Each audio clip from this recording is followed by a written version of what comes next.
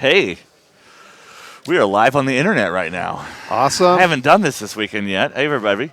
We're live in St. Louis at Warfaire weekend. This is a Privateer Press live stream of the LCQ semifinals. Semifinals. Yeah, so this event's it's going to be 7 rounds. We're currently in round 6. Yeah.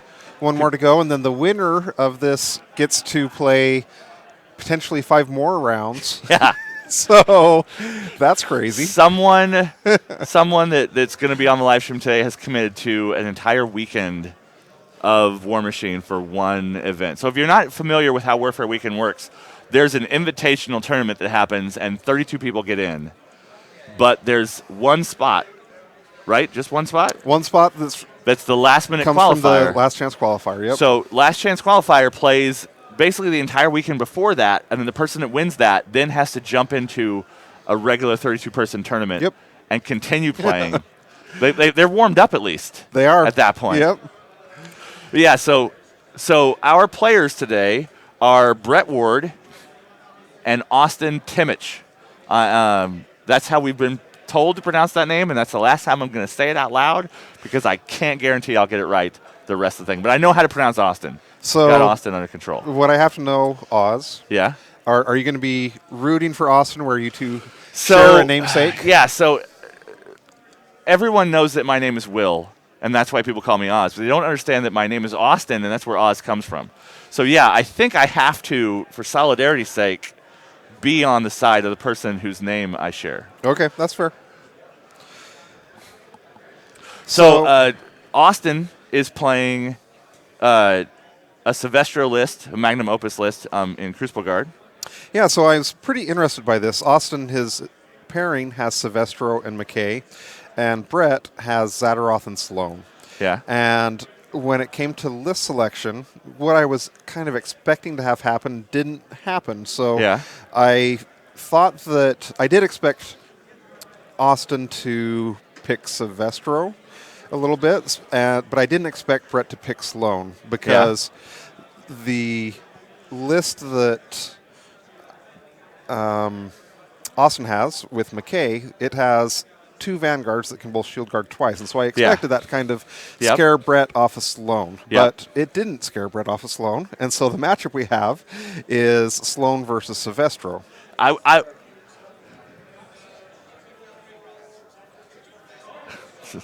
So the casters and factions listed under the players are backwards right now. Tony's getting to fix furiously switching that up. I'm disappointed because I've played against that McKay list a bunch of times, and so I feel like I could talk about it with some understanding of what's going on.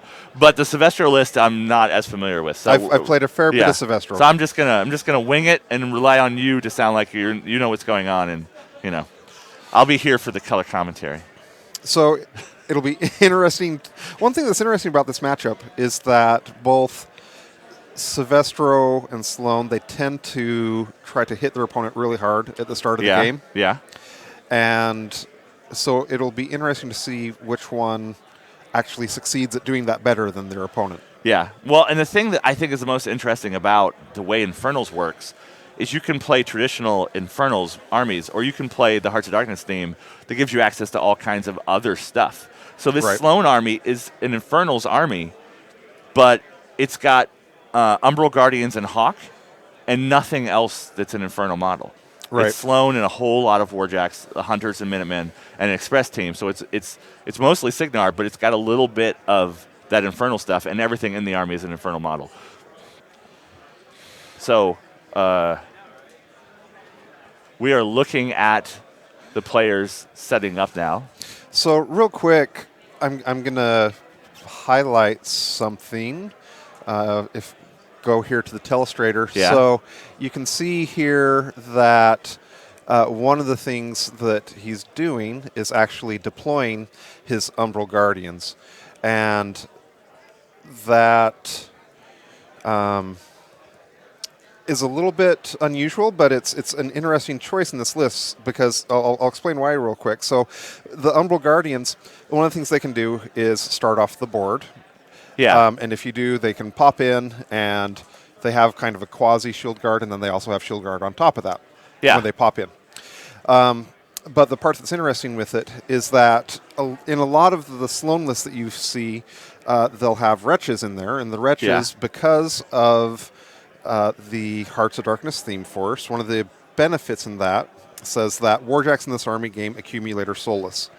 When it begins its activation within 3 inches of one or more friendly soulless models, a model with accumulator soulless gains a focus point. So one of the things that Brett is doing is, instead of keeping his Umbral Guardians off the table, they are being deployed, and they're going to give that accumulator ability at the start of the game. And anybody who's mad about that, that was one of my suggestions during initial playtesting. we were trying to think of a way to make this Theme Force feel more infernal, and give people an encouragement for mixing and matching between the traditional, War Machine, Warjacks and stuff, and some Griever Swarms or Howlers or whatever. Right. And I was like, well, why don't we just say that somehow these casters are pulling energy off of infernal creatures and augmenting their Warjacks with it. Yeah. So I threw it out there and we tested it, and it was fun and cool, and everything survived CID, and so there it is. There it is. So let's talk about the scenario really quick. So these guys are playing bunkers, so there's no large circular zones on this one, and they've got multiple flags and of course an objective on both sides, and they're both playing the treasure objective, which is a re-roll objective once a game. Yeah, so it's interesting. I think that Sloan changes this maybe a little bit, but a lot of times this is a scenario where I like going second, because if I'm going second, my opponent will run forward, I'll come forward and stay outside of their charge ranges, and then my opponent has to come in and cover these 3 flags in the middle, or else I'm going to run up and start scoring them. Yeah. And I can potentially, if I do the 3 flags, I'm scoring my own zone. It can potentially give me a commanding lead in points, or they're moving stuff in and I'm getting an alpha attack. But it feels potentially like Sloan is going to can change that equation a little bit, because she can shoot so far that that traditional strategy that I kind of like of going second might not be a good idea. Yeah, but Minutemen are not standoffish Warjacks. So she does have some in-your-face stuff. It's not all a giant gun line that's going to stay really far away. Because Minutemen, if you don't know much about them, they have slug guns, which are short range, and they have the jetpack leaping option for getting around behind stuff. So I'm guessing the Minutemen are going to mix it up and try to interfere while the Hunters and Sloan and stuff stay back. And we can, to give a quick rundown of the list, I'll switch here to the Telestrator to try to see if I can figure out what some of the models here going on here. So I believe down here we have the Rocket Men. These are both going to be the Relic Interceptors. Right here, this jack that he's moving right now is going to be the Suppressor. And then the jack over here is going to be a Toro. Yeah. He has 3 Trancers, 2 Dragon Breath rockets, and Hut Chuck. Yeah, and then Silvestro's right there in the very center of the table. Yes. Right behind the objective. Right there. You can tell because his big white hat.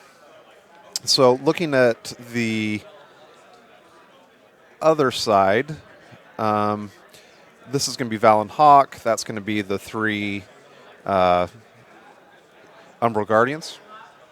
And the 5 Hunters are going to be here in this row. This is going to be an express team, and then he has 4 Minutemen up here in the front row. Does he have 2 express teams? The list is only saying 1, I think. It looks like there's one at the top and one at the bottom of his deployment. Okay. It looks like. I'm also not sure. Maybe Tony can find out who won the role and what they opted to do with it. I would be interested to see what they did with that decision.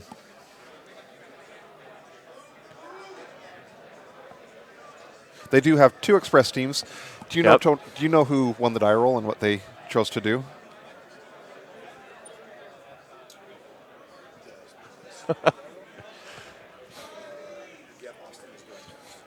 Do you know if he won the die roll on that?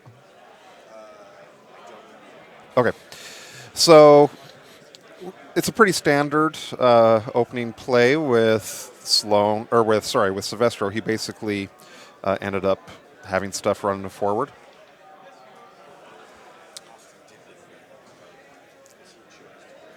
Okay, so Austin did win the die roll and opted to go first. So Austin's the Crucible Guard player. And I think in his shoes, I likely would have gone the same route, even though that's usually what I don't like to do, playing Crucible Guard. Yeah. And I can't tell what spells he's thrown out there. So he's going to have got one on the suppressor and one on the rocket man. He's going to have transmute on the rocket men to add to their defense. Yeah. I'm not sure. They have an ability that gives them additional defense. I'm not sure if they did that order this time, but it basically allows them to have a little bit of a defense skew going on. Another model that I didn't point out. Yeah. This one right here should be the Liberator, which is going to be his arc node. Yeah. So Silvestro, he has an ability where he can choose different things that a special ability he can do each round. One of them puts out a cloud on him that makes him, it's kind of super stealth. Another one is going to give his constructs additional speed. And another one gives him a free spell. And so the arc node there can give out some surprise assassinations that people aren't expecting sometimes. Especially if he ends up feeding, he gets to add an additional die and drop it, and then his nuke spell, he gets to choose which one to drop, and so it helps him get critical hits. And he has a spell that on a crit, it can blind his opponent, and so that can open up a lot of assassinations potentially if he gets that blind off. Some of his guns can be pretty threatening.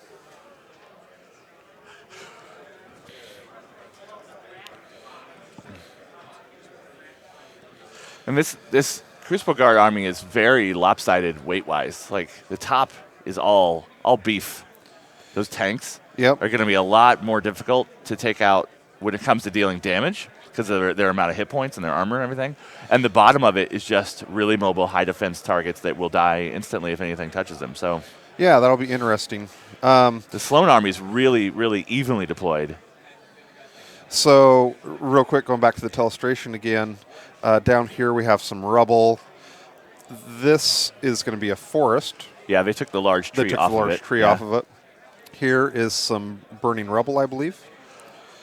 And I think this is another forest. Yeah. I mean, that's an obstruction. Oh, okay. Yeah, that tree doesn't come off that base. Okay. That's the Orgoth. Yeah, that's the Orgoth tree. We're using some of Danny's Orgoth scenery, the big like sacrificial altar thing in the middle, and that tree's got a spooky face under it. Cool. So let's talk a little bit about the bracket. We've said that this is round 6 of a 7-round event. So Austin and Brett are playing here, and on the other side we have Jason Watt. He played last round versus him and Travis just played.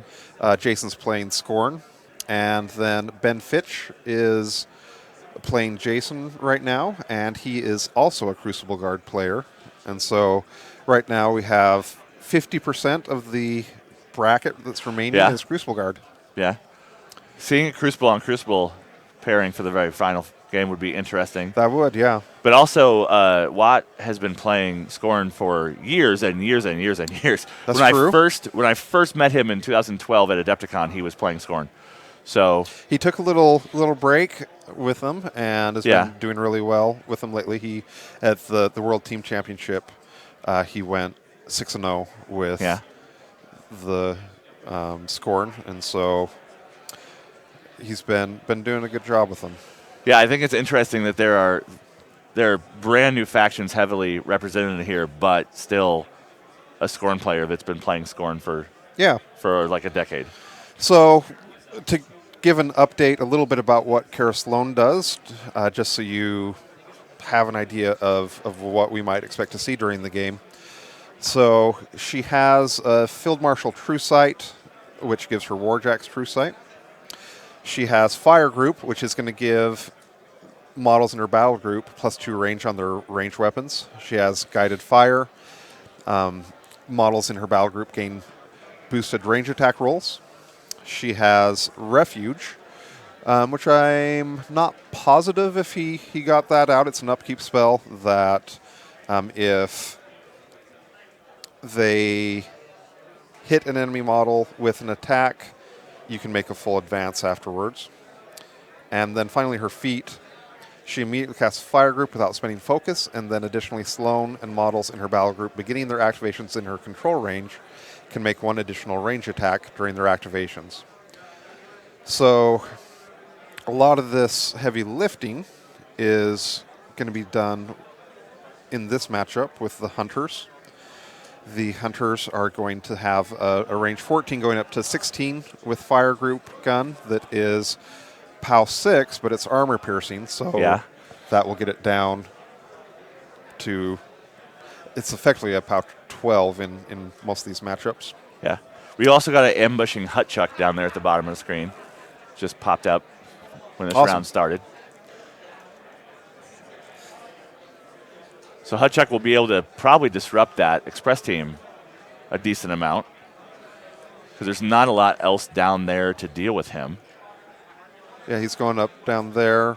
And this is the Express team right there you're talking about, is that right? Yeah. Awesome. Yeah, there's the Umbral Guardian is there. It could run over, but that'll take that focus away from the Warjacks. Yeah, I'm assuming he's not going to want to. So I would doubt he would throw that model down there. But if Hutchuck gets on that long rifle guy, that's the main part of the Express team, then that will severely impact what he can do against all those rocketmen down there. So let's go ahead and talk a little bit about Silvestro now that it's his activation. I mentioned that he has his 3 abilities that he picks each round. And again, his feat, he gets to pick he rolls an additional die, and then he removes one of his choice from the dice roll. And then if he kills a enemy model in his control range, then he gets to remove D3 damage from one of his models. Yeah. He has Admonition, so that a model can, in his battle group, if something gets close to it, it can move away. Purification, to get rid of upkeep spells and animi. And Transmutation is the spell that's up on the Rocketmen that gives +2 strength and defense.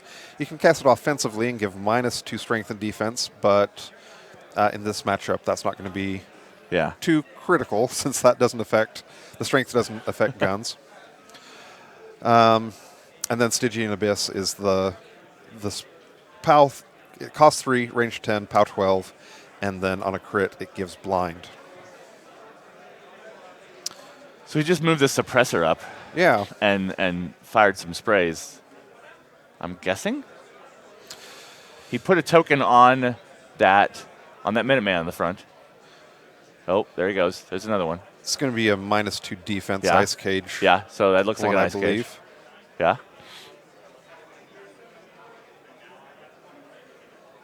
I believe the Express team is dug in, and so they are going to be defense 17 versus Hutchuck's range attack, but in the back arc it was 15. But Hutchuck's charging in. And so he did his wild shot and did his shot and missed it, and now he's coming in to administer the beats. Yeah.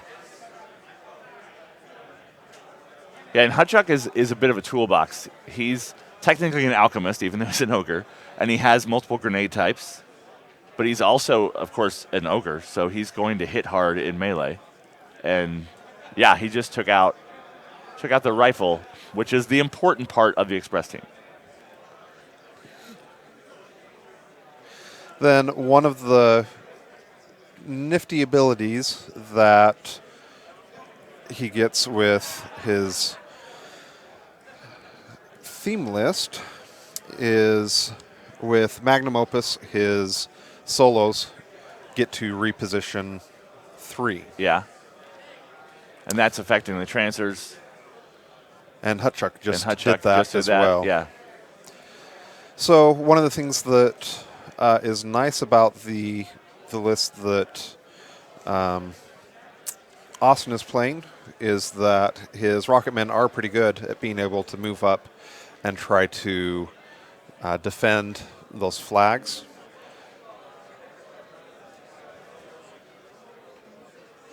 Does he have the full Rocketman unit with all Max of the Rocketman gunners with everything? Captain. Doesn't look like he took any gunners. Oh, okay, yeah. So the other thing about that Rocketman unit is you can get it up to 14 models because it has a single model command attachment and 3 weapon attachments. So you can have a lot of Rocketmen in one unit all moving around at the same time and hitting fairly hard with those slug guns. One of the things I like about Austin's list is I just think that the paint job and the sculpts that Privateer Press did on the 2 Relis interceptors are really cool. They look great on the table. Yeah. Yeah, we were excited behind the scenes to finally get a tank in the game. Yeah. People have been asking for years and years and years for a steam engine to be attached to a set of wheels. Right. And in the setting, it was very much no one had thought of that yet. Like steam jacks, of course, are steam engines, and they have legs, and lots of other things have legs. And they have trains in the setting, but no one had thought to take the train off the tracks. Right. Until these geniuses of the Crucible Guard, and they built a giant crazy tank with flamethrowers and ice cannons and all manner of different alchemical goods on them. Oh, something.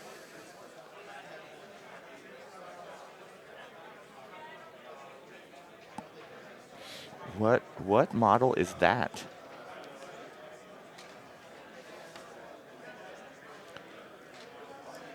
Anastasia, I believe. Okay, yeah. Our printout's a little so blurry, and I couldn't. Anastasia ambushed in. And so we had an ambusher on both sides. Yes. I'm kind of surprised those 2 teams were that far out on the edges with 2 ambushers in the game. One thing that's interesting about this is so Anastasia is given Austin +1 to go first, and then the benefit that he has from his theme force lets him re-roll his starting roll, and so it's not super surprising that Austin had won the die roll to go first with kind of maximizing his chances with that.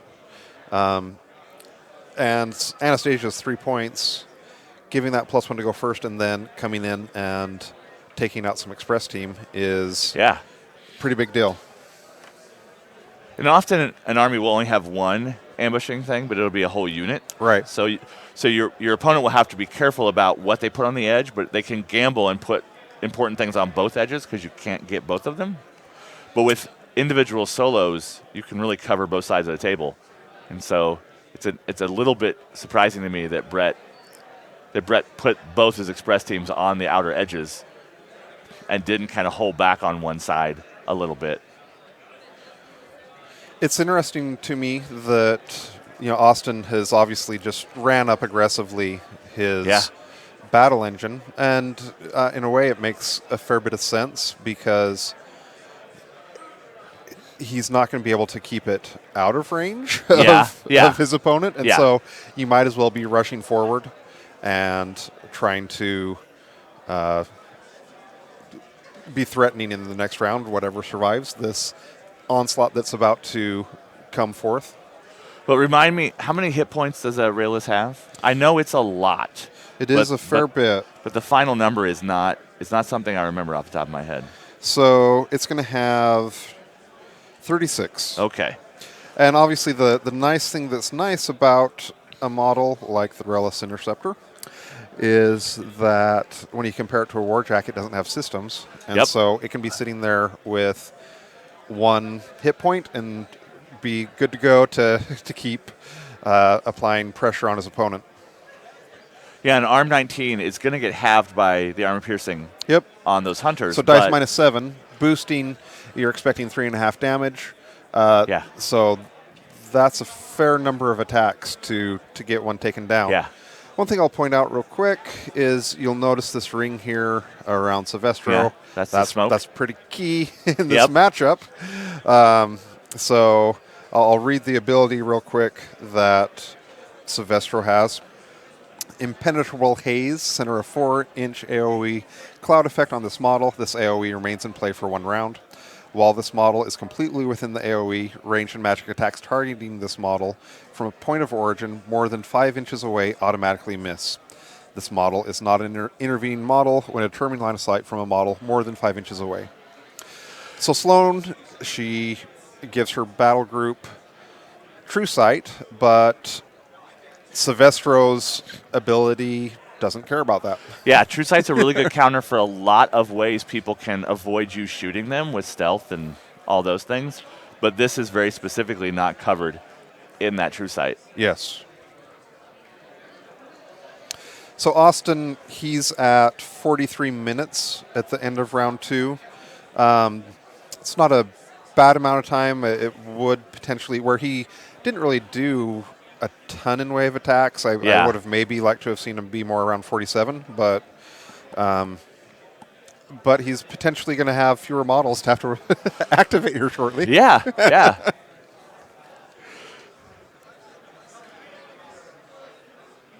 One of the things I always love about watching players with the clocks is you have to be mindful of your own clock.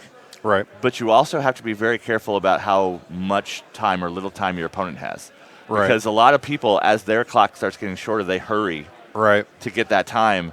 And if you can just stay calm and not rush yourself until you need to, and just the judgment of what do I have to do quickly and what can I take my time on and make sure that I'm thinking about every option.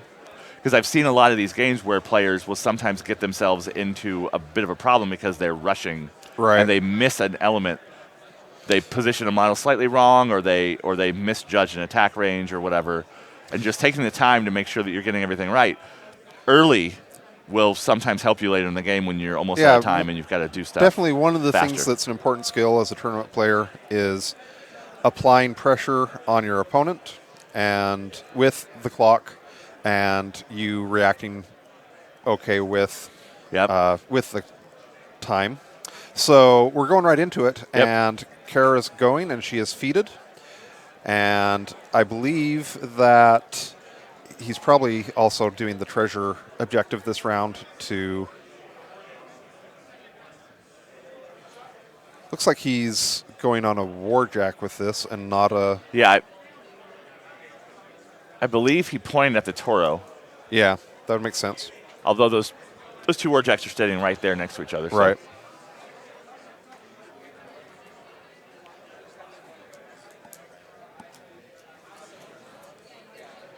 So. It's an off. So Kara Sloane's feat is an offensive feat that is affecting her on her turn. And he's using refuge with her to reposition her a little bit.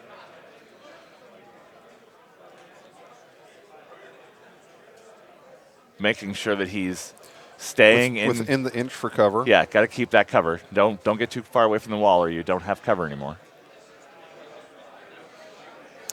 And the guys are playing that set of craters with the fire on it as a fire cloud. So that's going to also affect some line of sight on the table. Yeah, not so much for Kara's force. Oh, of course, yeah. True Sight doesn't care about clouds.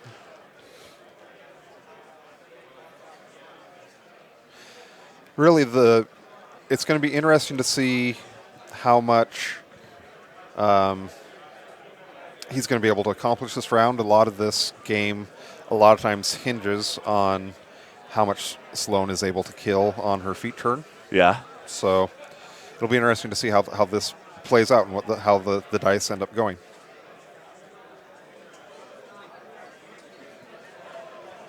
Yeah, he's going for one of his Minutemen. This is going to be a Minuteman attack going on.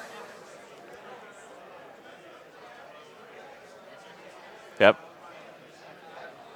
But that was a warjack with admonition on it. Yeah, he's moved up. This is again the Toro, I believe. Yep. And he is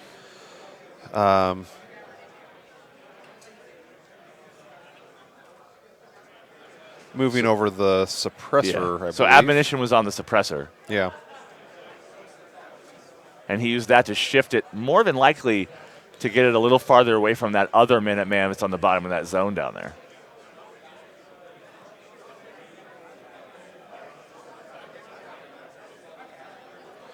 So it looks like he's going in to go in on the Liberator. I believe that's the Liberator back there. Yeah.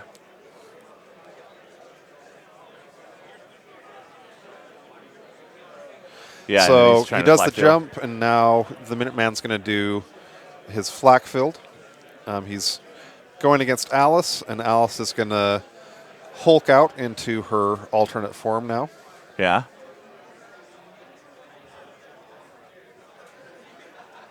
And Tony's moved our camera so we can get a tighter shot of what's going on here. That sweet flag. Yeah. Although Alice is behind that flag.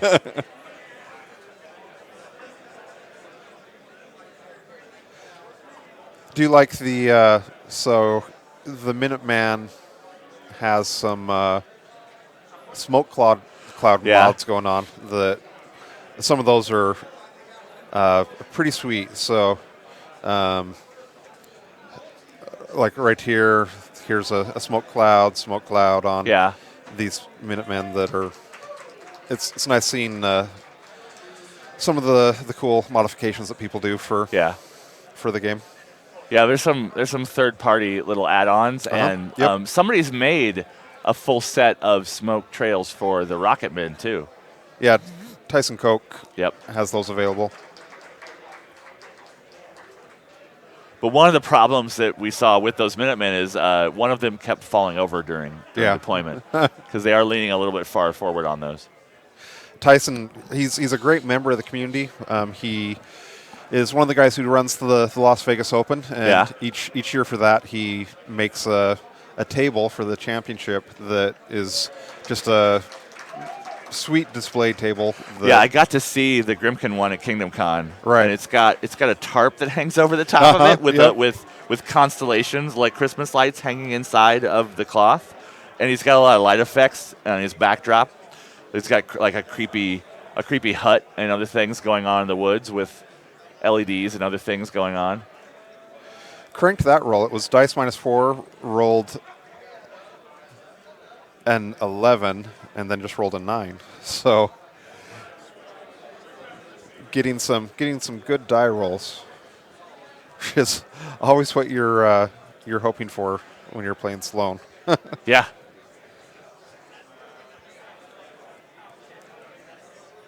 And it looks like Alice died because her larger form wouldn't fit in that space. Because when you replace a model, you have to completely overlap the previous base. If depending on direction, because you can replace smaller models with bigger models and bigger models with smaller models. And it's always, like a Dragoon, it's always easy to get the small model where the big model was.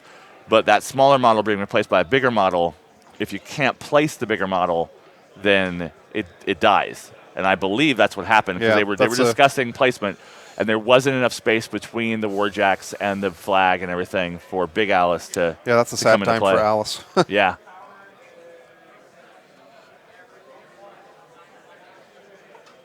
Dice off 1 on this one. The good rolls continue. Not that it's too hard to kill. Yeah. Anastasia. It'll be interesting to see if he's going to continue taking out the Warjacks, or if he's going to be going for other models as well. Yeah, he's activating hunters now and contesting a flag. Yeah, that one's contesting now. Yep. He's trying to decide which of the 2 railless interceptors are the priority target.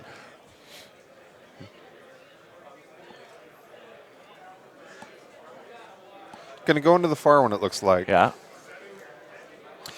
This is this Sloan list he's playing. It's pretty interesting. It's one of the more popular Hearts of Darkness lists currently, and adding accumulator to these jacks makes a pretty big deal.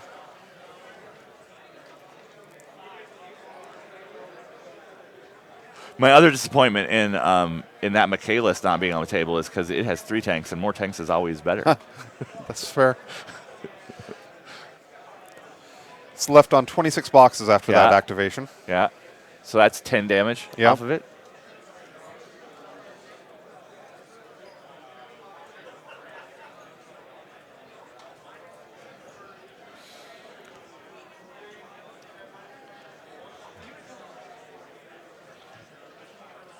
Three damage that time. It looks like he has 4 of his 5 hunters on that top half of the board. 6 damage this time. 17 left. Down to 17. Plugging away. The tank is tanking it up. Yep.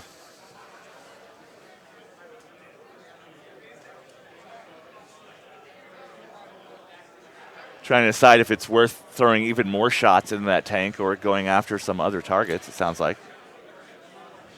It's kind of tough to split up your damage on battle engines. Yeah. That can be a sad time.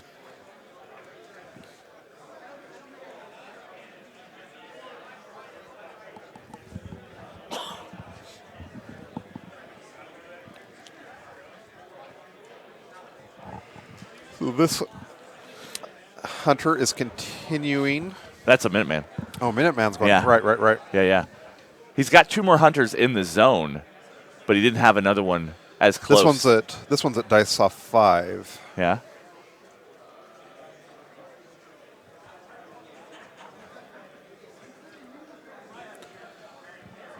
I think it's going to get.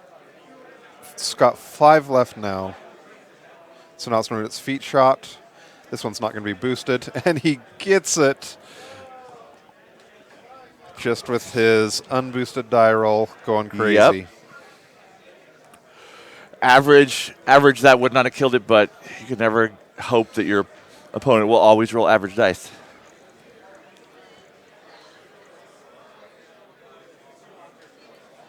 Two hunters and a Minuteman. Yeah. Did the deed. Now he's moving an Umbral Guardian. Well, he's measuring from an Umbral Guardian, trying to decide things.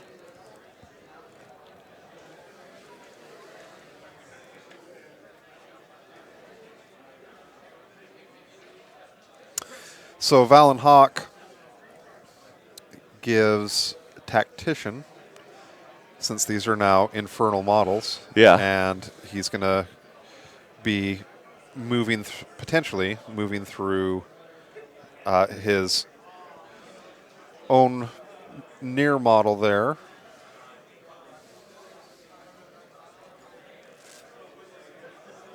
They're checking some ranges. Looks like it's going to be just short. Yeah, he wants that Umbral Guardian up there, but it can't quite get its base past that Minuteman.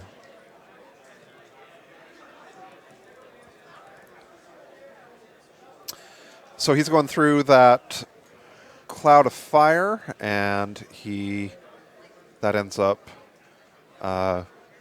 getting the Umbral Guardian on fire, and then the Toro is charging the Umbral Guardian in return. The Toro's countercharge. Yeah. Goes off.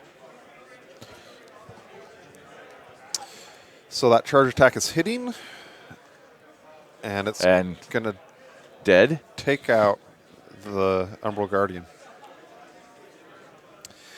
But now the Toro's back is kind of turned to the bottom part of the table. Yeah, I wonder It'll be interesting to see if... I wonder if he did that to lure that Toro up there for something else. Because he has another Minuteman and a Hunter now that are behind that Toro.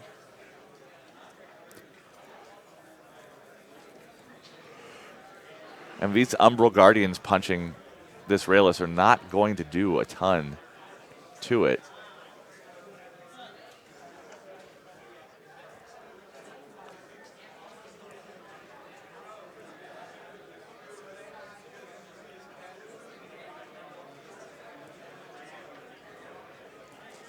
One of the interesting things about this army also is the 2 rocket batteries in the back. Yeah, the Dragon Breath rockets. Yeah. Dragon Breath rockets are really good at helping to take out infantry and other things with the effects they place. Yeah. So I wonder how they're going to come into effect in this game with as much Warjack metal in that army. Yeah.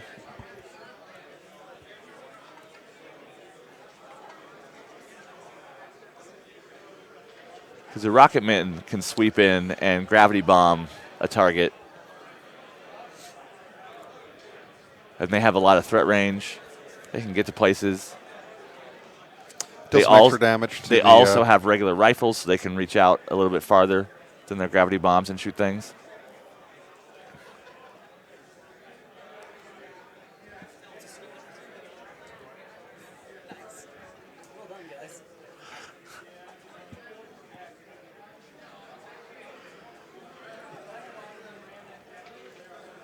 Right now we're looking at how much health is on that Rayless and how many activations are still left on the Sloan side. One thing that's beneficial for Austin is that, so the Minutemen are able to leap over, do a flak field, and it does a blast damage roll, but the Rocketmen are going to be immune to that blast damage, and so he doesn't really want to use high priority attacks to take those out, and so the Rocketmen will likely be staying around, and it'll be interesting to see what Austin does with the Rocketmen to against maximize them. Against an army with more normal infantry, right? The Minutemen are a good counter. He's got a lot of single shot and heavy punch, but you don't want to waste hunter shots taking out individual infantry in a 10-man squad. Right. But that flak field is a really good counter of taking out a lot of targets all at once. But when you're immune to it, and you have a lot of big guns, it would take activations of most of his army to take out that 11 model unit. So I believe that he was attacking again on the other tank, the Relis Interceptor. Yeah. We'll try to find out where the. Oh, we can see the hit boxes there actually on his phone. Looks like it probably has around 11 boxes left at this point. Yeah, he got it more than halfway. Yeah, that's another one of those. That hunter moved up over that wall and shot straight through that giant crater Cloudfire because True Sight.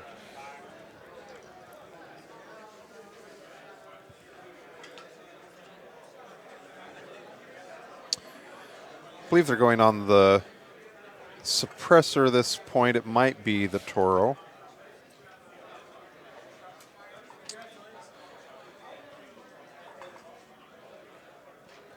Yeah, that last shot didn't do any damage. Looks like that Jack has its Cortex out now. Yeah, that Jack is more than half dead. And it still has all the systems except Cortex. It's one movement box left.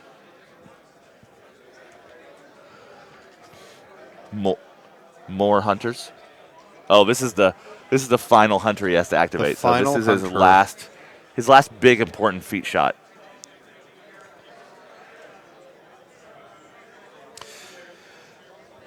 It'll be a little bit interesting to see. And he's taking this last shot against the Rayless, trying to maximize that armor piercing. Yeah. And he was off. Two damage on this one, off 5.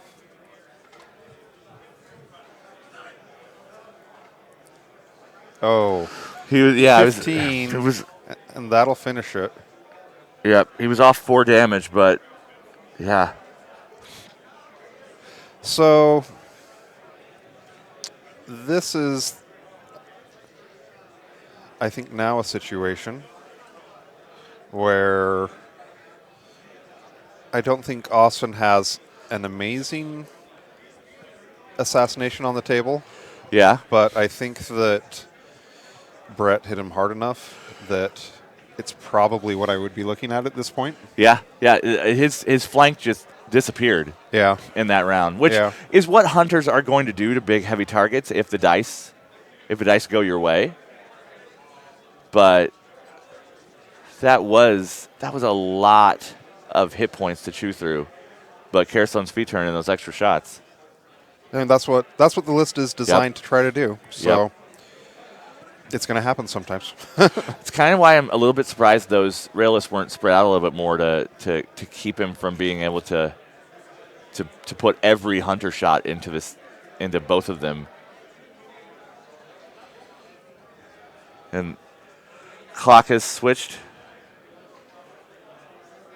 And Brett's down to 30 minutes, basically.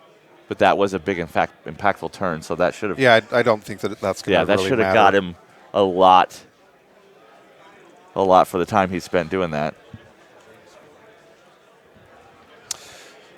So for the scoring, I believe that they're each going to score their own zone. Yeah, they didn't contest each other's zones yet, but all the flags. Well, no, that bottom flag. Yeah, the bottom flag is probably not got scored as well by Austin. We're checking to confirm scoring right now. I'm pretty sure that it's going to be 2 points for Austin and 1 for Brett. Yeah. 2, yeah. Yeah. So Austin did get 2 points and Brett got 1. So, I mean, it's not outside the realm of possibility that if let's do a little illustration here, but he's up 1 point, and so that means that if he's able to contest this zone somehow, and if he clears out these flags, has his solos on there, and scores his zone, that gives him the victory. Yeah. Yeah. So would have been a lot easier if some of his other models had stayed alive. Yeah. And he's checking. He's currently checking out the stats on the caster. Wants to know Sloan's defense behind that wall. And he just put a proxy base up there and measured the sprays off the suppressor to see if he could get some shots on, I believe, the suppressor. Is what he was thinking about. If he was able to get so behind the wall, she's going to be defense 20 against range attacks. The sprays will ignore that. Yeah. If he's able to get an ice cage or two, then this potential assassination becomes a lot more alive. The rocket men become a lot scarier if there's ice cages on Sloan. Well, it also, it looks, so he dropped transmutation. Yeah. Going back to the Telestrator, I wasn't too sure if it was the Toro or the suppressor that had lost its cortex, but he's got this focus here, so it's looking like it's going to be the suppressor has its cortex, and so he can move his suppressor up here, probably give a little bit extra focus, get the sprays off, have these come in, try to get some bombs, and then also likely come up and get some spells onto her. Yeah. And what's the range of the Dragon's Breath? It's going to be 16, I think, maybe 14. Yeah. So that Dragon's Breath might be in threat range. Yeah. Of Sloan as well. I doubt allocates 2 to the suppressor. I doubt that top Dragon's Breath is going to do a lot this turn, but especially with the cloud there in the way. But Valen Hawk has moved up to the top half of the board up there.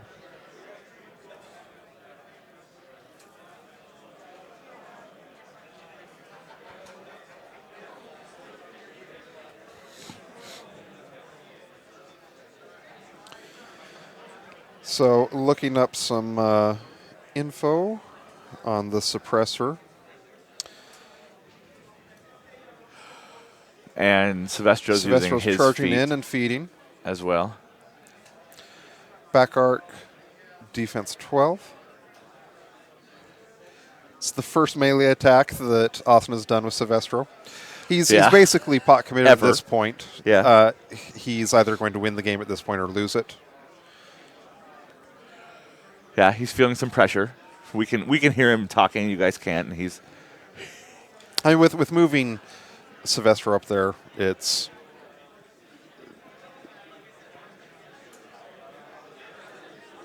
he's casting transmutation on the Toro. On the Toro. And then accidentally measured the cloud on the Toro instead of on Silvestro. He's putting his cloud out again. Yeah.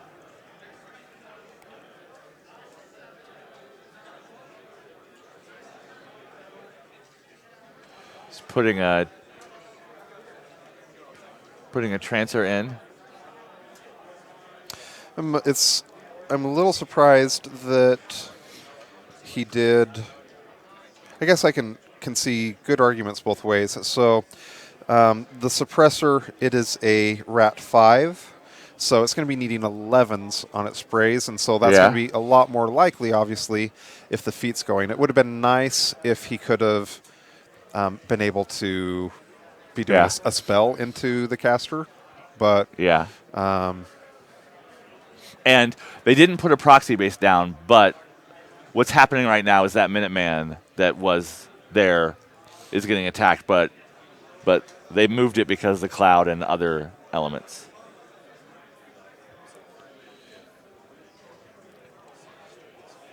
Yes. Yeah, the feat token is, if you're just glancing at the screen, it's kind of hiding inside that zone on top of that War Machine logo up there. But Silvestro's feat is going.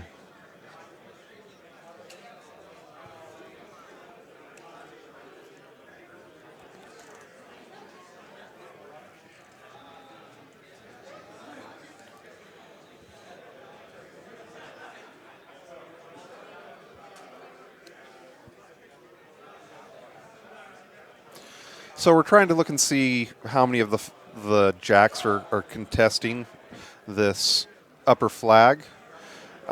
We don't really know per se, but I'm pretty sure that these are possibly this one as well. I do know he measured from off those guys, a couple of them, to make sure that they were in contesting range when they walked up. So it'd potentially be difficult for him to get those taken out. We know that this Toro's the one that's missing its cortex, and so it makes those kind of hard to take out. Yeah. He's got one Trancer up there and the Dragon's Breath, and really nothing else on that side of that big obstruction. That big Orgoth obstruction in the middle of the board is going to keep him from getting anything else to reposition up that direction to deal with that pile of Warjacks. He's taking a shot at the Umbral Guardian with his Dragon's Breath.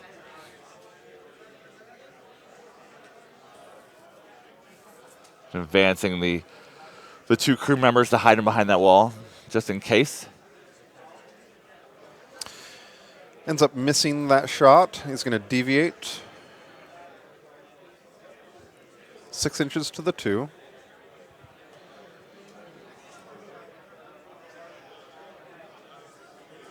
And they've decided that doesn't do anything. Yeah. And then the rifles of the two crew members getting are being their shots shot off at those dice off 7. With the feet, it's doing 4. Nothing on that one. Yep. Now they're repositioning 3 with the ability from the theme list. Yep. And then that Trancer is going to charge that Umbra Guardian. Doing a defensive strike, which of course hits. Yeah. Sounds like Austin forgot. Yep. It's going to die and blow up. Yep. It's going to catch both those models because it explodes in a 2-inch. Or explodes in an AoE, but he used a AoE measuring widget instead of a disc to make sure that they were getting caught. Austin's also mentioning that on his Sylvester activation, he forgot to use his treasure chest reroll on his objective.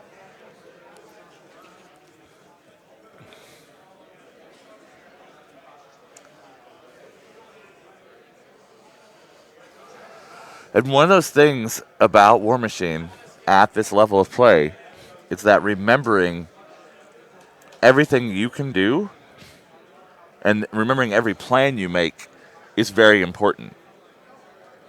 Because people often take some time before the game, before their turn starts, to make a plan like, I'm going to feat, I'm going to move this, I'm going to do that.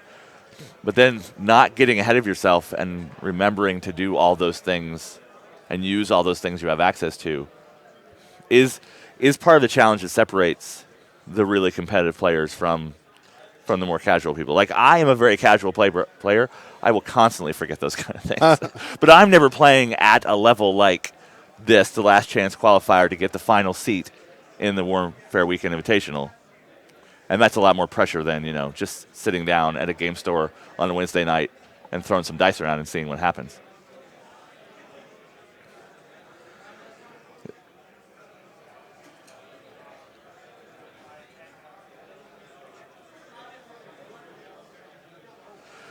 Okay, the Toro is not missing its Cortex. I don't know which Warjack grid we were looking at earlier, because now I can see this one on his phone, and he also gave it focus. Huh. So yeah, I'm not sure which Warjack that was earlier that we were looking at.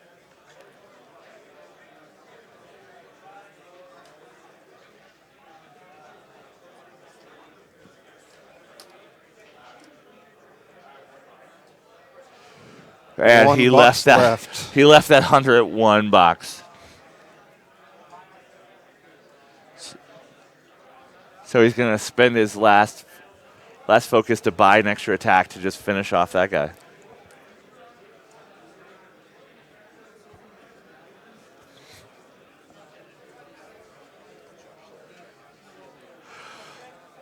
Oh. So there was some healing that went on.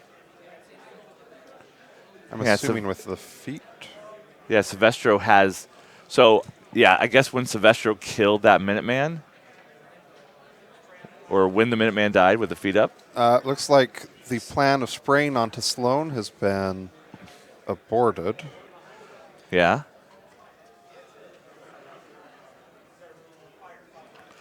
And he's doing fire sprays because the suppressor has rust, ice cage, and just flame shots.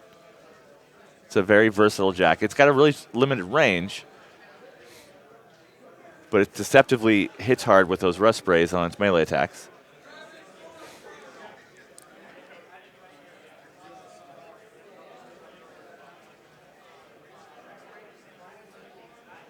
And he did use a Toro to kill that objective. And objectives in this are worth 1 extra point, right? So when you kill an objective, you get a point? Yes. Yeah. And we didn't consider that earlier when we were talking about how he could score this round. Right. Of contest. Now, he's also contesting with that Toro, so it's doing double duty. It went in, it killed the objective, and it's keeping Brett from scoring. Mm-hmm. And he's going to more than likely get the flag at the bottom of the screen, but that top flag won't not get the top his. flag. Yeah. So, looking at the telestration again, if he scores this flag, is contesting this zone, killed that objective, and I'm assuming he has his jack move back in there since Silvestro isn't scoring that zone. It potentially gets him up to where he's getting enough. His only issue right now is that there's a Minuteman contesting that flag in the middle. Yep. But if he manages to take out some movement or something like that, then he so got the suppressor just took that guy out, and then with the feet going is removing some damage. Yeah, it does a heal. Yep. So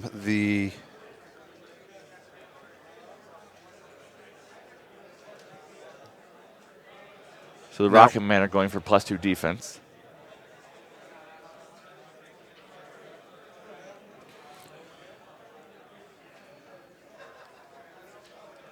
And he's spreading this unit out a bunch, but that's one of the things Rocketmen are good at. Another one of his problems is I don't know that he has any solos ready to score that flag.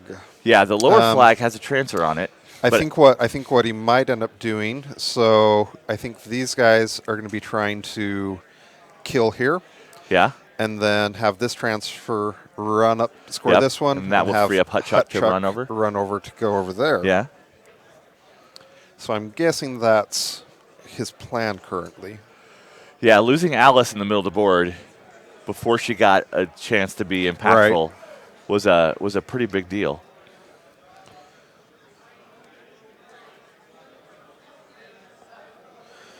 But it is looking pretty positive for Austin right now, in my opinion. Yeah.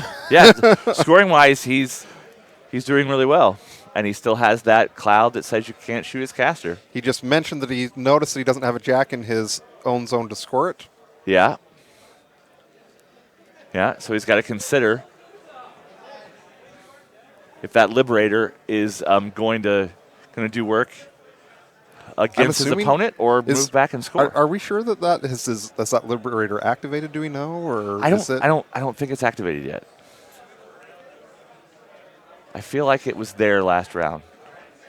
Oh, he's going to run Hutchuk at Sloan. He's going to engage Sloan with Hutchuk. Interesting. That was not something I was expecting. No, yeah. I think that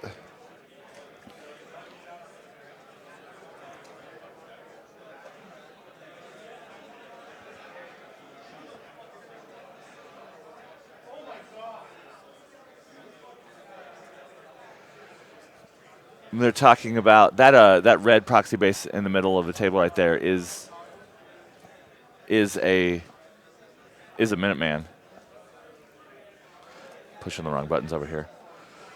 Taking a close look at that. It's going to be. I think they said it's 5-1 now. I think he said it's going to be 5-1 with scoring. Oh, but we've switched. They're done. They're doing maintenance phase now in the next round.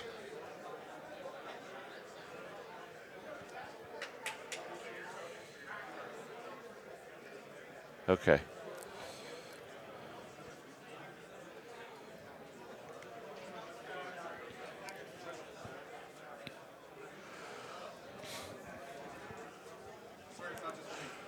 So he's lost some of his accumulator.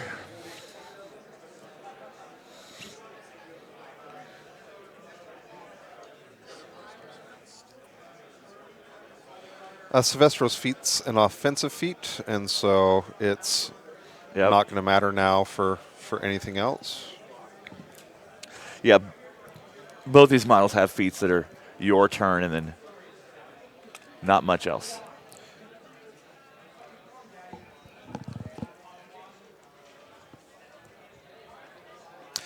Yeah, I was a little surprised that he charged Silvestro where he did. If he had just done an advance and stayed in the zone, then he would have been scoring that. I also, did he do anything with the Dragon's Breath on the lower half of the table? I thought he did. Okay. It's really good for Austin, obviously, that he has that cloud up. Otherwise, his caster would likely be dead right now. Yeah. Yeah, those hard counters are things that often force you to select some lists. Because we were talking earlier about the Crucible list with the double Vanguard, Shield Guards, and all that kind of stuff with McKay. But this is also a really hard counter to Sloan because you can just make your caster not targetable. Yeah. Basically. So one of the things that Brett's asking questions on Austin with is what the mat is of Hutchuk and what the POW is to see if he can, what the risk is of him taking a free strike. And it's going to be a mat 6, so he would need an 8 to hit, and it's a POW 13 if he hits. He's not doing any allocations, and he's activating his caster and getting refuge. Oh, he's not activating him, I don't think. Or maybe he... I thought that he put a refuge token out there and heard him say that, but... Nope. And his Minuteman is punching Silvestro right now.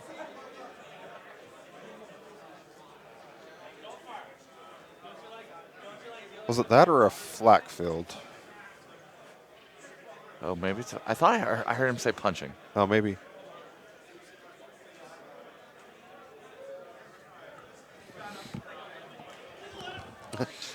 Austin's shaking his head a little bit. Yeah.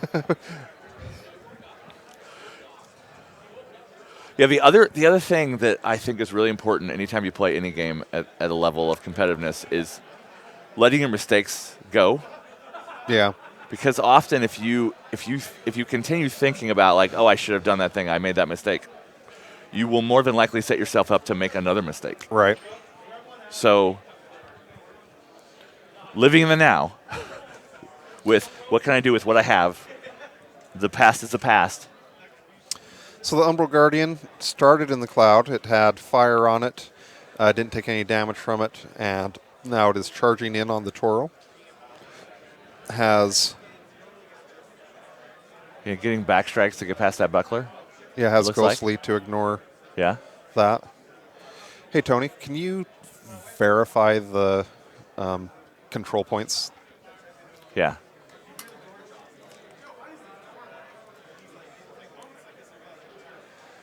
So we did 7 damage on that Toro, which is going to knock out everything, but it's got 5 hit points left.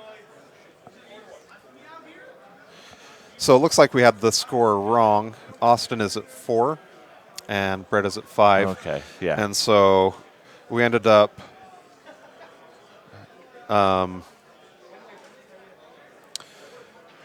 show you here shortly on where what scenario elements got scored. At the start of Austin's turn, it was 1-2, and then he killed this objective. He scored this flag. I'm pretty sure there was a Minuteman down in here that was preventing this, and then he didn't have anything in that zone to score it. And Hutchuk landed that free strike. Oh, nice. He rolled a 9 on the free strike. I don't know how much damage was dealt, but looking at the phone, it looks like there was probably about 3, maybe 4 damage that was done. Yeah. I would guess 4. Looks like it. Must have been upkept refuge. Shooting at Hutchuk. It's going to hit. This is dice off 4. Does 3 damage. Yeah.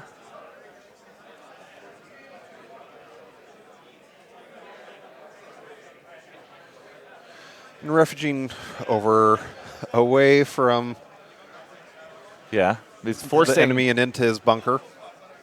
He's forcing Brett to shift his army to the top half of the table. Making sure that he stays in his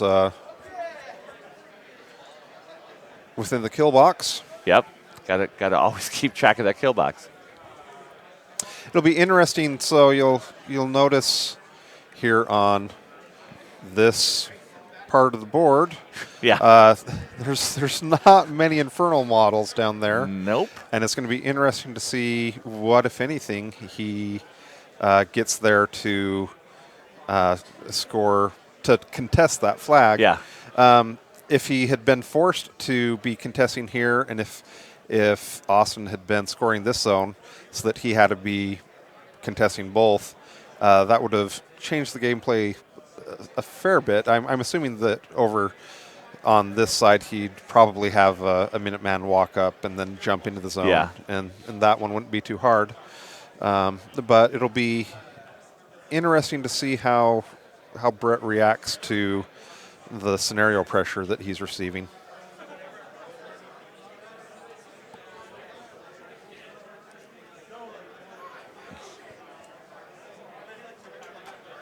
So we've got a question on Twitch asking, could the Minutemen have thrown Silvestro up the field to clear the building so the hunters could shoot him?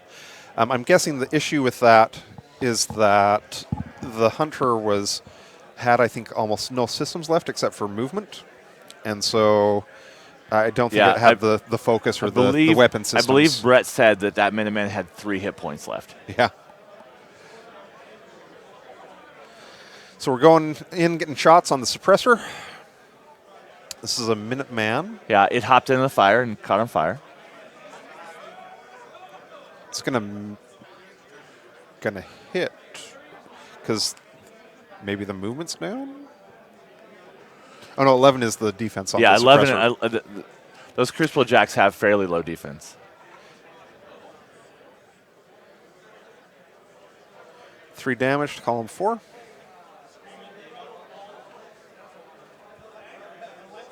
And he has no other way of repairing things in this army except Silvestro's feet. So yeah, the rest, he's not taking any more damage off these Warjacks the rest of the game. Which Crucible Guard mechanics are solos, which would give him more. Would give him 1 more solo for scoring things like this, which is always an interesting thing about bringing those secondary models like mechanics and stuff, is that in some scenarios they are scenario pieces and don't do a lot else, but I think that Brett's maybe trying to figure out if he could maybe score that flag. I'm not sure what solo he would end up going up to the flag to. Yeah, Valiant Hawk is. Oh yeah, Valiant Hawk is there at the very top. He's that large base right on the top of that square field. I think he could. So currently, Austin has these models that are all contesting the flag, but you could likely have a Minuteman come up, do a flak field, and take each of them out. Except those 2 Jacks in the woods are hunters, and the 1 Minuteman went south to fight the Toro. And he's got another Minuteman on the backside of that forest, it looks like. But I don't know if it can get up there to flak field those models. It might not be able to quite reach them. The hunter accumulates up and is shooting the Toro in the back.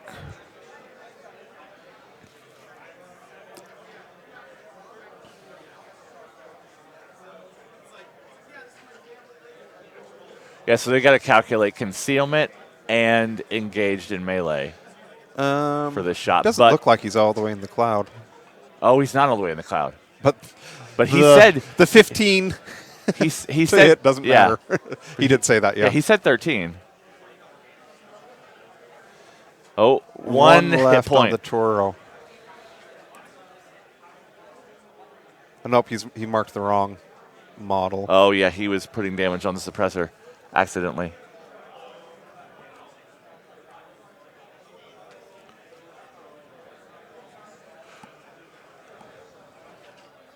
That changes threats and things and contesting options. Time-wise, we're at 22 versus 25 minutes.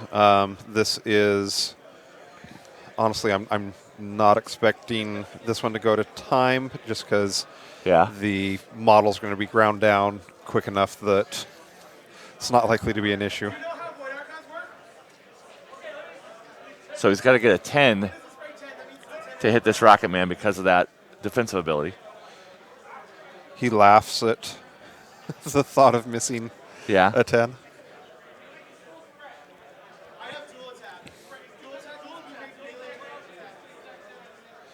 He's got 2 hunters left and some of his solos to activate, and then he's going to be done with his turn.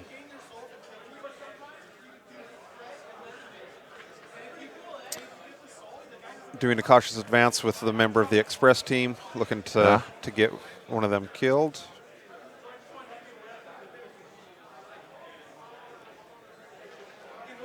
Looking to break arm 14. POW 10 needs a 5. Gets it. Yeah.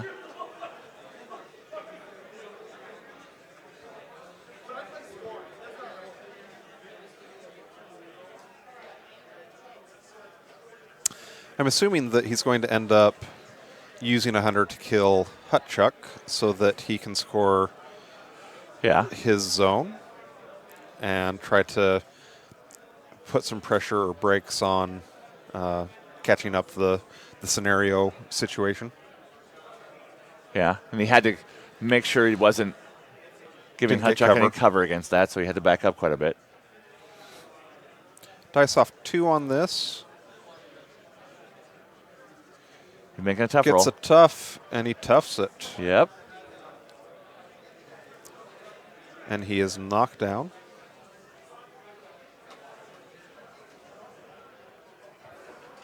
Looks like he's considering bringing Valen Hawk back to finish him off.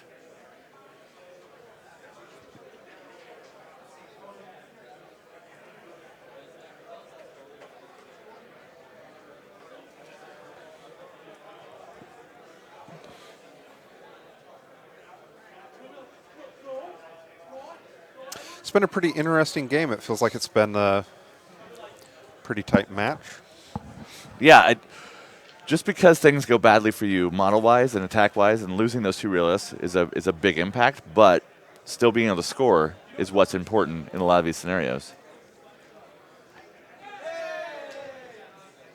That tough is actually pretty vexing for Brett. He would have loved to have been able to have that zone cleared out at this point, and the prospect of using a hunter shot to do that would be a sad time. Umbral Guardian is charging, attacking over the wall. He's a 7 going up to a 14, so needs a 7. Easy peasy. Going to kill it. Yeah.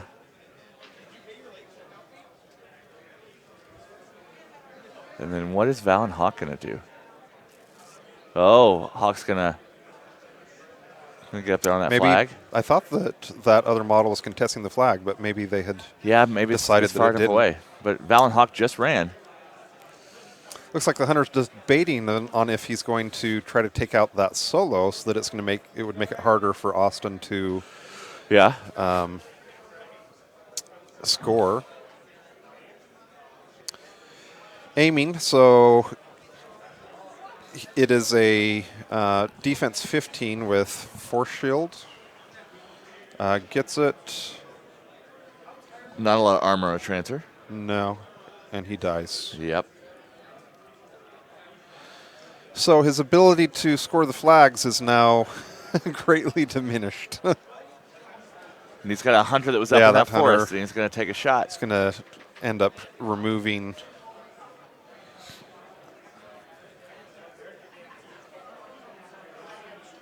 that.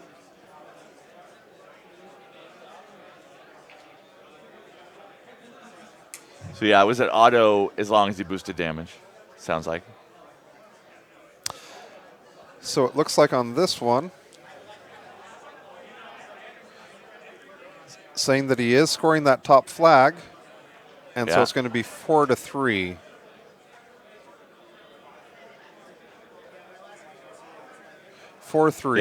On the scenario now. So Brett has closed that score.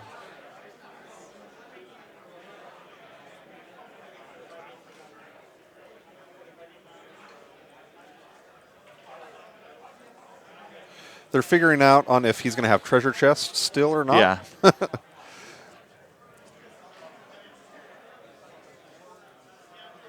It is a once-a-game ability. Pretty sure the score is at 4-3, Brett being at 3.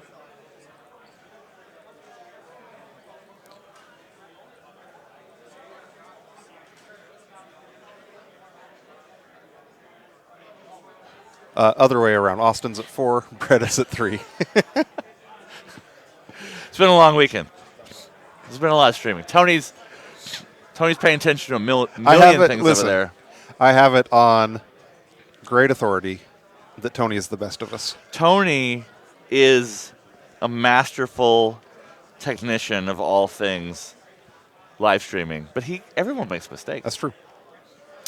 So one of the things he said at the start of it was that basically he said, I have no choice but to go for it. And so he's looking at assassination options. Kara is camping only one. Yeah. And she moved fairly far up there.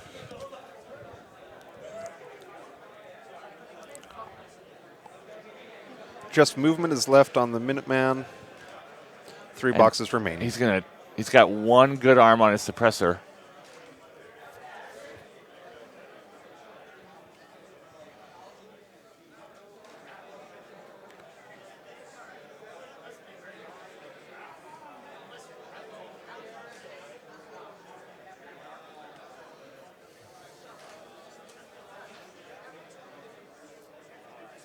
Yeah, all he has is movement. Yeah. Which it would be way easier on Austin if that was not true.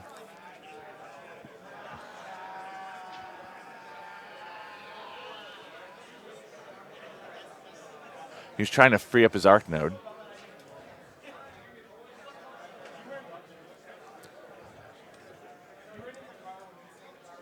That's interesting. The suppressor appears to be going for the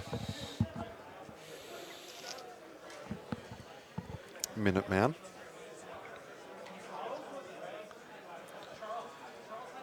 Missed on this one.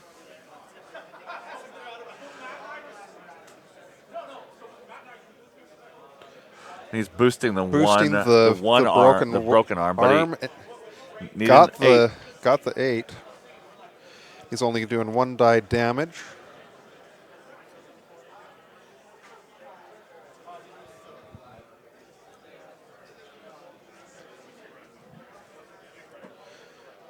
Okay, so now the arc node is running over there. Yeah. He's doing his free spell.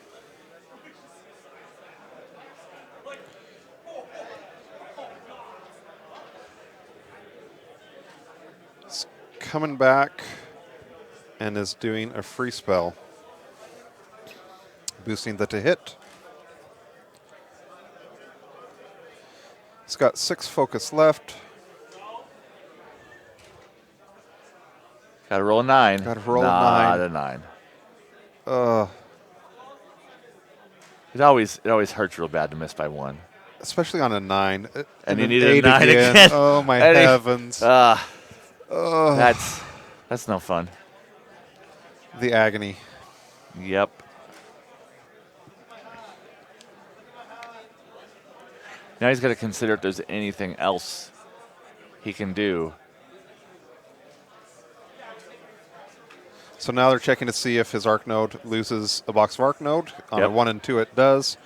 And so it did lose 1 box of the arc node. Yep. For those listening at home, a boosted 9, roughly around 75%. So that's a sad time. Yeah.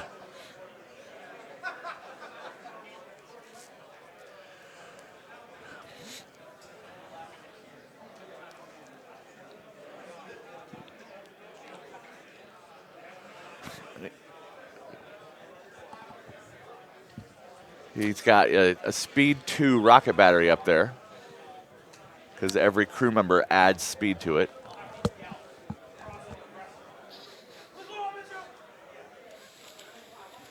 He's checking to see how far he can run. He's hoping to. Yeah, he's got to contest that flag up there. Yeah, he's moving up to contest. Don't know that it matters. Yeah. Well, sometimes you just have to do everything you can possibly do, just in case. Yeah, that's true. But yeah, it is a best practice to not give up hope and just see. Yep. I mean, we just saw him not get his die rolls. It certainly could go the other way. It is a game with dice. Dice are fickle. So he took the defensive strike.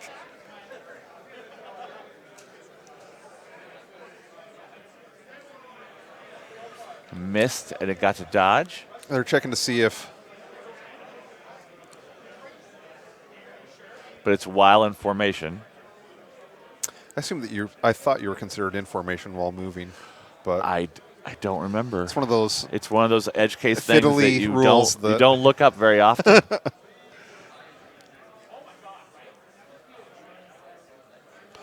So he's getting up there and contesting the zone, and he's going to end up scoring 2 points by the end of the round so it'll be 6-3.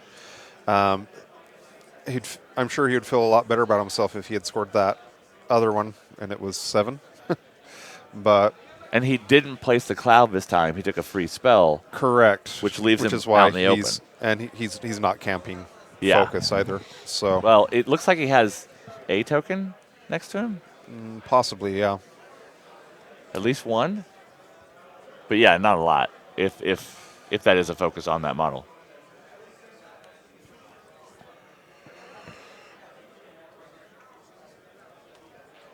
Looks like he has 2 focus next to his caster. Okay. So the dream could still be alive. And that rocket battery is going to take a shot at the hunter. Because it can. It's there.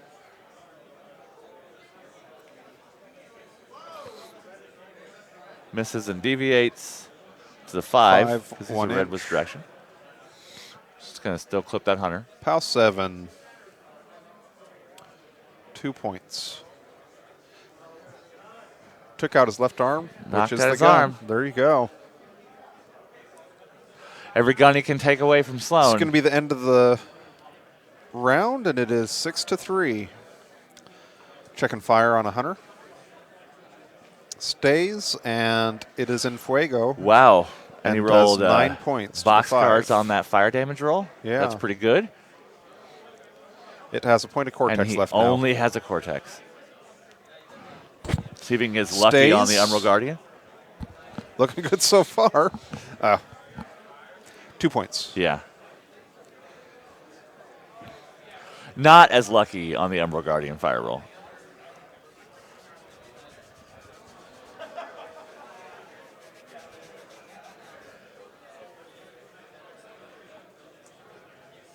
Sloan's getting her focus. He's not getting very much of his free focus from those Solus models anymore. Yeah. Could potentially run them, though, if they're needing to help with that.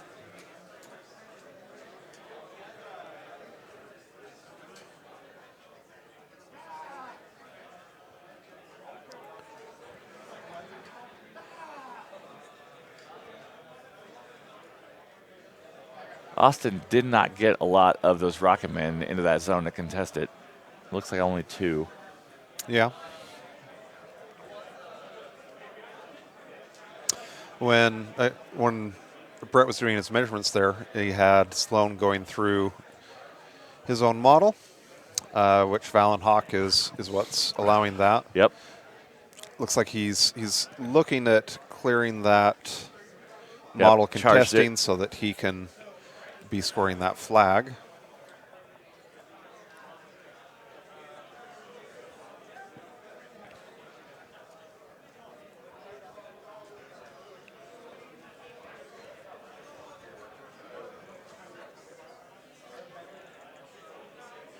Checking on the suppressor, and it has 7 boxes left currently.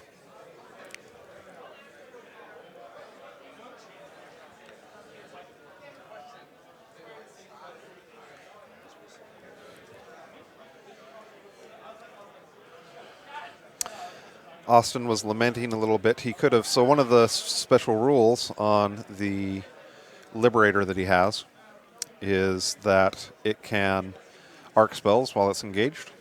Yep. And if he had adjusted his facing a little bit, he would have engaged a hunter, I'm guessing. Yeah, there's a hunter up there right below Valen Hawk at the top. Yeah, so and they are this more, one right here. Yeah, they're slightly more than half an inch apart. He's got this going like that. If he had just slightly adjusted his facing, then that hunter would have been a lot more sad. Yeah, and that ability is part of the reason why that arc node burns itself out possibly. Is it's a little bit better than other arc nodes.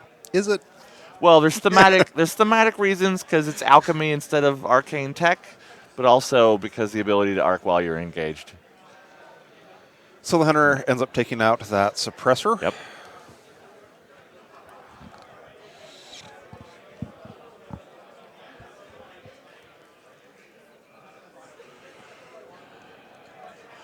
Getting close to 10 minutes left on that clock, but The last rounds should yeah. go quick enough. I'm not thinking it's going to be an issue. Sloan's getting guided fire out. Camping 2 now. Going for the Liberator. Taking shots on that light. Who has not been damaged this whole game, I'm pretty sure. It's got a Weapon Master gun. Does 7 points and takes out the Arc Node.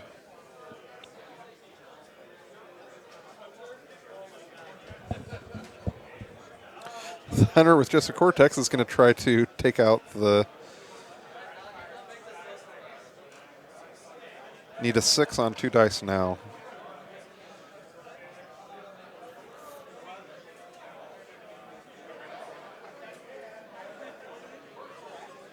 So that transfer's gone. Kills the transfer.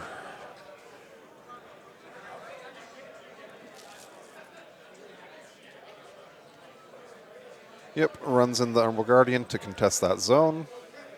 Yeah.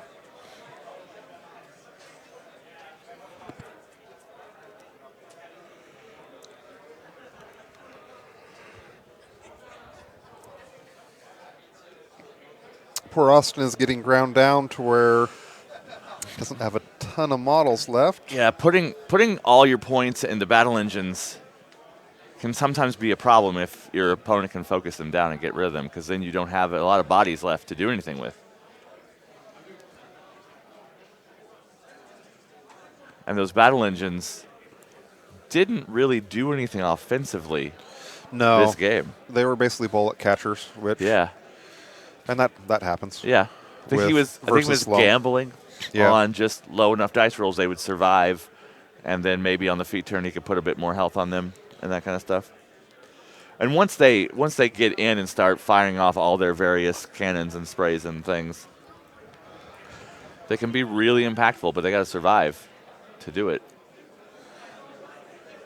Succeeds in getting that Rocketman killed. And that guided fire helped and that was some with that. And both so that's going to clear out the zone.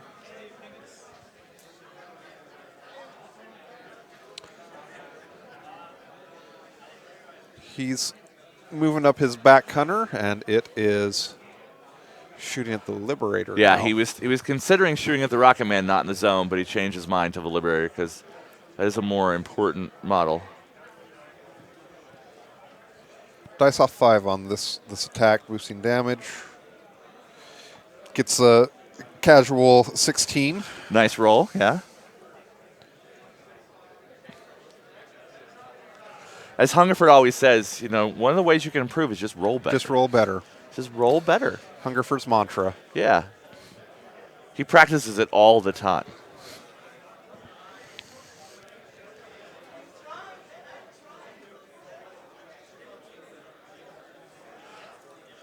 Putting a few more damage into that model. Looks like it's got 2 boxes left. Fallon Hawk going to walk over and whack it and stay close enough to the flag. So getting around the shield.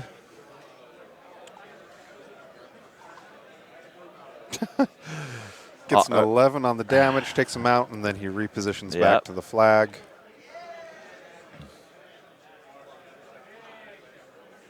Yeah, Fallon Hawk is a really interesting piece because he has Tactician. He gives you all that mobility with your army, but he's still a good combat solo and has the positioning of reposition since he's on a horse and all that.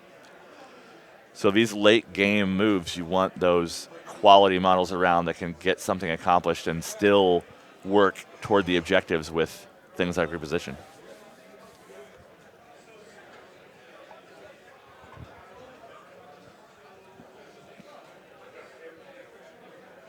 Killing some more Rocketmen. So I was trying to think for Austin what possibilities there are. He's doing a good job here of counterplaying. I think one of the only things that he could have looked at was if these hadn't come in here, trying to do a charge with Silvestro so that he's edging the towing in on this cloud, and then trying to have him do spells himself into the caster. But he's doing a pretty good job of blocking, getting into that cloud, and getting those spells off. So Brett ended up scoring 3, and so it's now going to be tied up 6-6. And Austin at this point basically just has very little left to fight back with.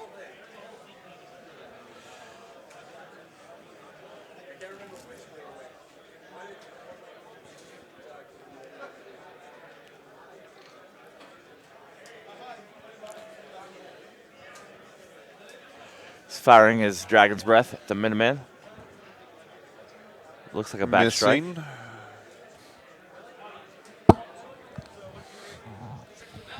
Missed the back strike shot. Need a 5, I think.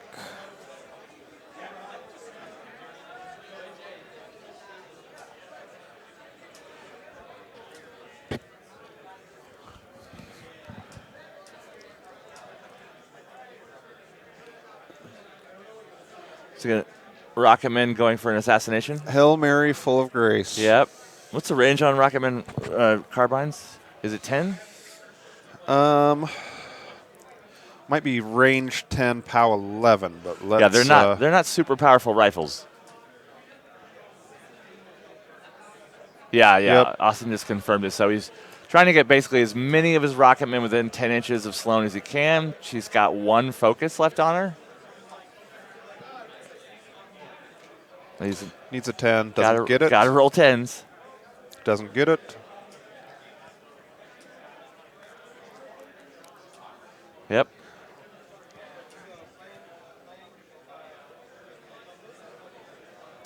And now he is conceding. Yep.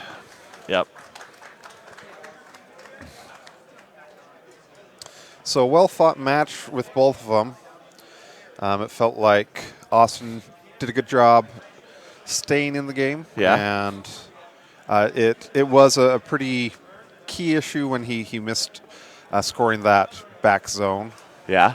If he could have figured out a way to kill the Minuteman that was contesting that center flag, he had a good chance to end up winning the whole match for that round. Yeah. So. And that was our semifinals match. Have we heard if the other match has wrapped up and who Brett will be facing? It's going to be doing either Jason Watt or Ben Fitch. Yep. Think that they're probably done, but we don't know yet who that's going to be. Jason Watt's standing over there near our table. That's his elbow that we saw on the screen earlier. so he is done with his game, but we have not quite got the results yet. So the should next be an stream interesting match either way. Will be the Infernals versus either Crucible Guard again or Scorn. And they'll be fighting for that seat. The later tonight. The 1 seat in the Invitational. Yeah, they're going to have 2 rounds tonight in the Invitational and then 3 tomorrow. Yeah. And that'll wrap up the Invitational for Warfare weekend. So we're gonna take a break, go back to some pre-recorded content while we're resetting everything, getting some new people. And I think Hungerford's going to join the stream. I'm going to run off and do some demos. And awesome. I'll be here. Do some stuff. It was nice to hang out for the afternoon. Thanks a lot, and Austin. talk about some War Machine and you bet. Guess what players were thinking and all that kind of stuff. And we'll be back at Warfare Weekend in St. Louis with more from the last chance qualifier for the Invitational in as soon as we can. Everything gets reset. Great. Goodbye, everybody. Bye.